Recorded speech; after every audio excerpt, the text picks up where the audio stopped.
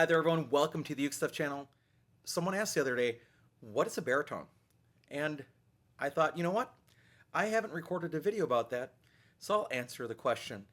A baritone ukulele is a special kind of ukulele that exists thanks to the work of a couple of people. Now, historically, there are two people that are credited with creating the baritone ukulele. One is Arthur Godfrey, who was sort of a media personality back in the 1950s and 1960s, and the other was a luthier, a person that owned a string instrument company, one of two brothers, Hank Favila, whose company created ukuleles, and he's also credited with creating the baritone ukulele. So at the time, 1950s, the standard ukulele sizes existed. You had the concert, you had the tenor, and the original soprano sizes. I'll pull out a tape measure to show this, but on a soprano ukulele, generally the scale length is somewhere around 13 inches or so. So from the nut to the saddle is 13 inches, maybe a little bit longer at times, but that's where it's at. A concert ukulele over time grew to mean 15 inches, and then a tenor, 17 inches. Well, when you get to a larger scale yet, suddenly that tuning gets really tight on the strings. And when they came out with the baritone, which I have to go diagonally now, we get to generally 19 to 20. I'm doing 20 inches here. Compared to the original size of the ukulele at 13 inches, you can see how much that changes the scale length of an instrument. The story goes that Arthur Godfrey wanted a deeper sounding ukulele. He asked Eddie Connors, who was a banjo player at the time, to design him such an instrument, and that's where we see Godfrey's famous baritone that had a cutaway and so forth. And the Favila company and family say that Hank actually created it, and that Hank designed the first ukulele for Arthur Godfrey. We don't know today because we can't travel back in time, but I wanted to show you some of the differences here as well. So my very first baritone was this instrument. I actually have four.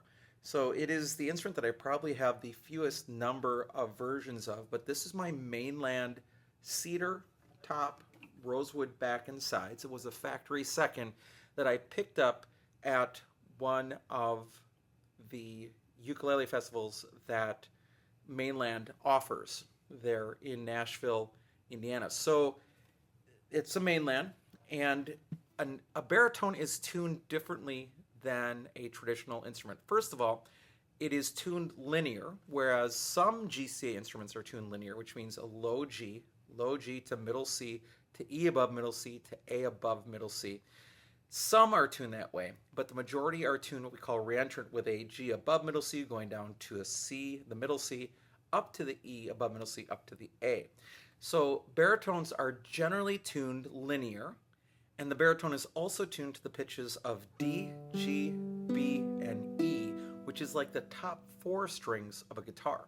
So if you're coming from the world of guitar, for a lot of guitar players, the ukulele is a lot easier to wrap your mind around because it's tuning that you sort of have already dealt with. Now, the string spacing would be much greater than on a traditional guitar. Guitar strings actually are pretty close together, more than so on an ukulele. And your string material is going to be different than a guitar as well. Now, in this case, I have living water strings on it that are all fluorocarbon, because I don't like the squeak of a metal string, but I'll show you one in a second just as a comparison note. But it ends up with also a very large body compared to a standard ukulele. This is a standard concert versus a baritone. You can see the difference there. Now, this one is tuned like a baritone, and we'll get to that in a minute. And then it has a warm voice, partially because of the tuning, partially because of the larger body.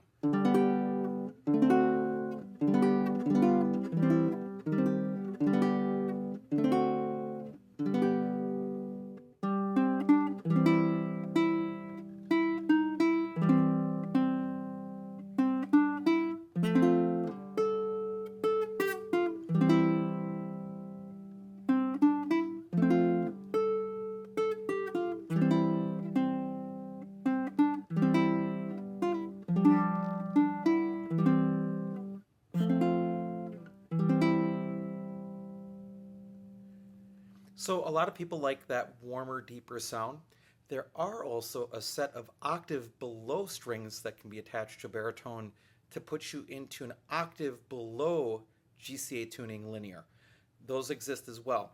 But it's another option, but the chords are not the same. So if you're coming from standard ukulele, a C chord is played with the ring finger on the first string, third fret. On baritone, that's a G. Everything is a perfect fourth lower in intonation than a standard GCEA instrument. So that is what a baritone is.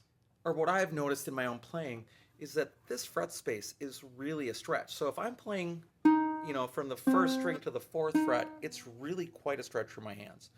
If you are a person who doesn't like that long stretch, some people do, especially people with large hands may like the feel of the baritone. But if you're a person that likes other sizes, you do have an option. And that option is Pepe Romero baby baritone strings. There may be some other companies that offer them as well. You have to have 2 wound strings because a pure fluorocarbon would be way too thick for this tuning for this instrument. But these strings were created to be put on a tenor, and you can also do it on a concert, so you could play a tenor with baritone tuning. So you get that same sense of low sound, but just in a concert scale, 15-inch scale length rather than 20. I'll just demonstrate that.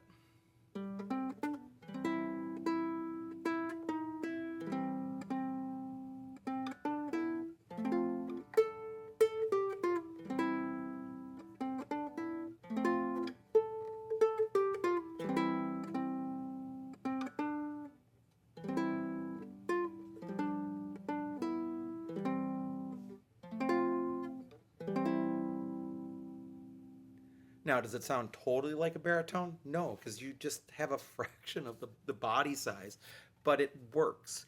And so if you like that tuning, but you don't want the giant stretch with your hands, that's an option too. So in conclusion, baritone, a whole new design based upon the requests or the designs of individuals who wanted to make a larger ukulele at a different tuning. And today, if you play baritone ukulele, you generally play with low D tuning. There are people who will do high D tuning or other tunings altogether. That's their choice. But generally, baritone is linear tuning, low D, DGBE, versus a concert, soprano, or tenor, which would be GCEA tuning. And the same chord shapes used for GCEA are used for baritone, but they have different names. So, for example, when I play on this baritone modified concert, C chord? Nope, it's a G chord. F chord? Nope, it's a C chord. And people who play standard ukulele know how tricky the E chord is. Well, on baritone ukulele, it's the same as the A chord. So some things are easier to play because you have that.